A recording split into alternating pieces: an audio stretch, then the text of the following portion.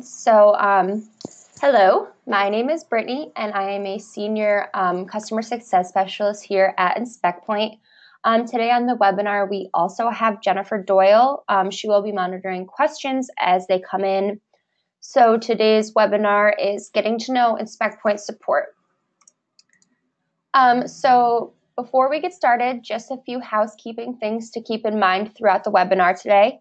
Everyone is muted. This is to block out any unnecessary noise. If you have any questions that you think of throughout the webinar, please feel free to leave them in the chat box. You see what the chat box looks like up on my screen here. Also, everyone will receive a recording of the webinar later on today. So what will we cover today? How issues are prioritized. When a support ticket comes in, how do we determine the ticket priority? Ticket status. I will show you how the support team submits a response and places the ticket into certain categories. How we test and communicate internally. The steps we take to replicate the issue and how we go about communicating that to the development team. And a new feature, a new support feature. In December, we'll be launching a new support feature, and today I will be going over what that is. So why is support important? Our in-house support team is the front line of customer engagement. The goal is to create a smooth support system and create a strong rapport with our customers, all while building the product to be the best it can possibly be. So essentially, our product support is a service that we provide to our customers with resources for information regarding the product.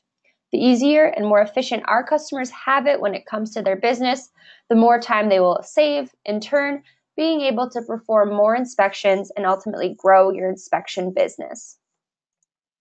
So that said, let's take a closer look, and I'm going to jump inside our product and jump inside our support system we have here at InspectPoint. So as I mentioned before, all tickets are broken down into priority. So when a ticket is submitted, this is what it looks like. So we would see your question here: how is a ticket prioritized? We would assign it to ourselves or maybe somebody else. We would select a type, is this a question, an incident, a problem, a task? In this case, this is a question, so we're going to make it a question. And priority. So we have 4 priorities over here. We base priority on a few things. One of them is, can the job still be done? Meaning technicians and back-end users are able to complete the tasks they need. And then, does this impact just your instance, or is the problem system-wide? So you see here we have a low priority. An example of a low priority ticket would be a general question. An example of that would just be, hey, how do I delete a building? This is considered low because it really only affects you. It doesn't affect your inspections. You can still create them, schedule them, all that. You're just inquiring for some general information. So that's an example of a low priority. Normal priority. A normal priority ticket would just be maybe a header adjustment or something that requires minimal involvement from the development team. Maybe this is a change a member of the support team can fix. However, all jobs on our customer's end can still be completed. High priority ticket would be maybe something like a system-wide bug, but not a bug that prevents jobs from being completed. So a bug that you can still get the job done, but it needs to be addressed soon. So sometimes, say we release an update, a few things may slip through the cracks. And if it's a bug, we'll mark it as high. Lastly, urgent. So urgent tickets they need to be addressed as soon as possible with the development team. This means that jobs are unable to be complete and they're affecting your business. So maybe an example of an urgent ticket would be, the app is crashing and the technician is unable to complete an inspection. This is urgent. That technician cannot get the job done. So we're going to do everything in our power to get that up and running for you as soon as we possibly can. So that's how we base it into priorities. So once a ticket comes in, we assign the ticket, select the type, and we determine the priority based on the criteria that I just went over. From there, we will go forth with responding to the ticket the best way we see fit. Once we draft up a response, these tickets get submitted into statuses. So over here on the right side, we see 4 statuses: open, pending, on hold, and solved. I'm going to go through examples of all these tickets. So say, what's an open ticket? I'll show you. So basically, an open ticket means we've responded to let the requester know that we see this ticket and that we're working on it. This can mean that we are determining which agent's going to take this ticket, or we're discussing, hey, what do we have to do to replicate this issue? Like, what's going on? We'll let you know that we're looking at it, and then we're going to leave it open until we decide what our next move is. And then if we need some more information from you, we're going to move this ticket to pending. So I'm going to show you what a pending ticket looks like. Pending ticket just means that we're waiting on more information, like I just stated. So if you've submitted, if you have submitted a ticket before, you've probably seen a pending ticket. Tickets will stay in pending for 48 hours from when the ticket was first put into the status. So say you submit a ticket, we need some more information. If we don't hear from you in 48 hours, it's going to send you an auto email that's like, hey, just so you know, in another 48 hours, the ticket's going to automatically solve itself. But if you respond, if you're like, hey, I need some more time, or whatever the case may be, we can leave it in a different status, which we'd probably leave it in the on hold status. So the on hold status is, this can mean a few things. It can mean we're waiting to meet with the development team to determine if the issue needs some sort of action from them, or maybe the support team may need to do some testing, but we're figuring out what exactly we need to do. So we usually so if you have an issue generating a report, we get an email automatically to us. So we'll reach out to you and say, like, hey, we received this error message. We see that you are receiving it. We're looking into the issue. We want to let you know we're working on it. So if ever we're working on a ticket, we will place a ticket in on hold. So just keep that in mind. If you don't hear from us for like a day or something, we are working on it.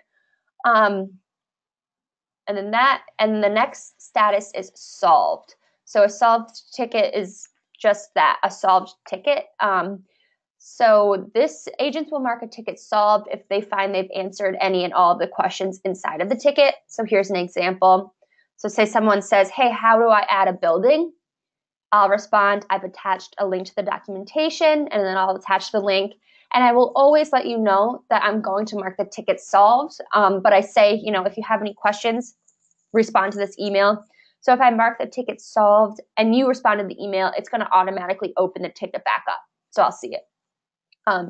So those are the solved tickets. I've mentioned that we do a lot of testing so far in the webinar. So if you're wondering, how do we test, or what do we do? Like, how do we do that? So if a ticket comes in with any sort of problem, it's our job as a support team to make sure that we can replicate this issue, which I'll do an example for in my demo account. So say some sort of ticket like this comes in. Say a ticket comes in. When I enter a reference number on a scheduled inspection, the number will not save. Okay, we see this. We'll let you know, hey, thanks for reaching out. We're looking into this right now. And what I would do is I would go to my demo account and I would just try to follow the steps. So that person said when they go and put a reference number on a scheduled inspection, it's not saving. So what I'm going to do is I'm going to head over to the inspections tab on the left sidebar. And I'm going to filter by scheduled, so I can see all the scheduled inspections. And I'm going to pick an inspection without a reference number. So that's that little column right here. Let's see, Ray Lewis has an inspection soon. So let's add a reference number here. So what I'm going to do is I'm going to edit the inspection. I'm just going to pop a random reference number in, and I'm going to save the inspection, and let's see if this saves. So scroll down, always hit update. Okay, so it said the inspection saved, but we don't see the reference number. So I'm going to go back to edit inspection, and let's see if it's there. So the reference number is there. It's listed. So unfortunately, I was unable to replicate this issue. So what I would do in this case is I would go back to the ticket and I would say, hey, Brittany, Like, unfortunately, I was unable to replicate the issue. And then I would go forth with asking maybe a couple more questions, like, what browser are you using? Can you send a screenshot? Something like that. Because always the more information that we have, the better. So that's what would happen if I was unable to replicate the issue. If I was able to replicate the issue, meaning like I could get the problem, I'm getting the same problem as you're receiving. What I would do is I would head to our Trello board, which I'll go over in just a second. And I would document step by step what I went through to replicate the issue. So Trello is essentially, it's a way for us as a business to stay organized and communicate internally. So once I go in the board and I write what I did step by step by step, when the development team takes a look at that, they have all the information they possibly need in order to fix the problem as soon as possible.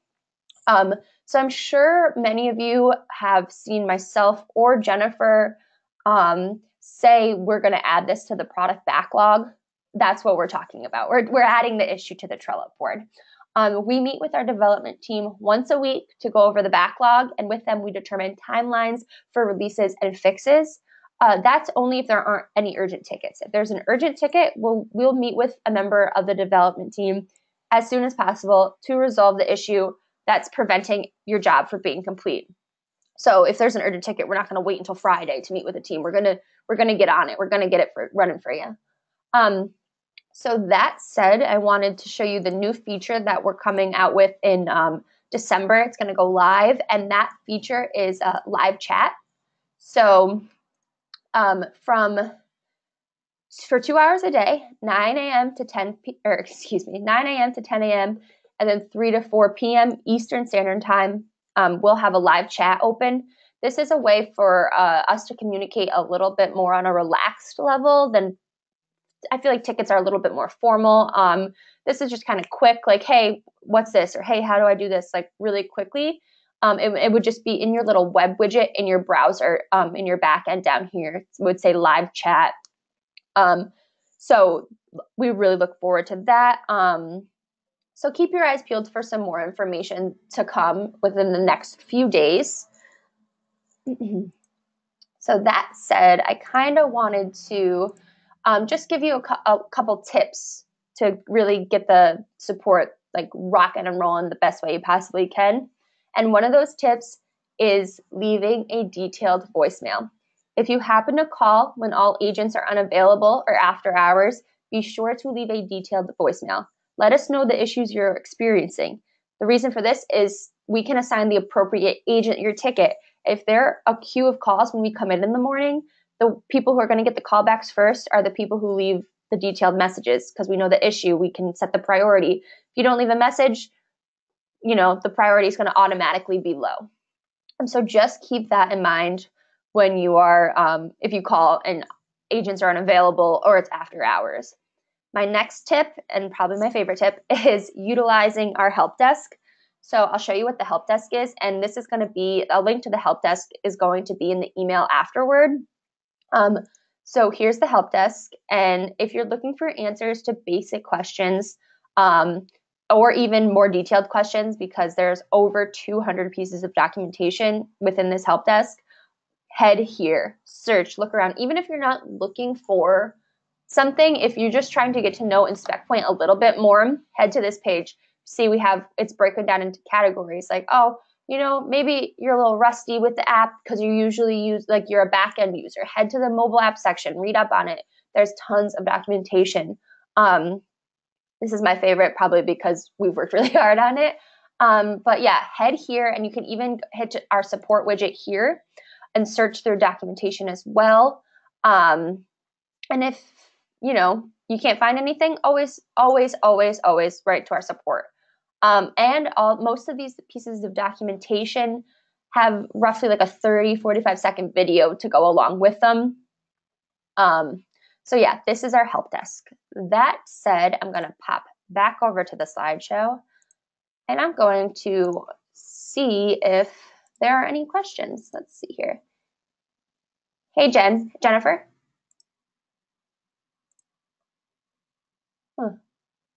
Hi, Brittany. Hey, can you hear me? Yes, I can hear you. Unfortunately, we don't have any questions right now. I don't see any in the chat area. Alrighty. So if anyone thinks of any questions after the webinar, feel free to email or call us. And you do that by emailing support@inspectpoint.com or our phone number, which is our dedicated support line. And then our hours, as always, Monday through Friday, 8 a.m. To 5 p.m. Eastern Standard Time. That said, I am just going to leave this up for a couple more minutes just to see if we get any questions. But if not, thank you guys for coming, and I'll talk to you soon.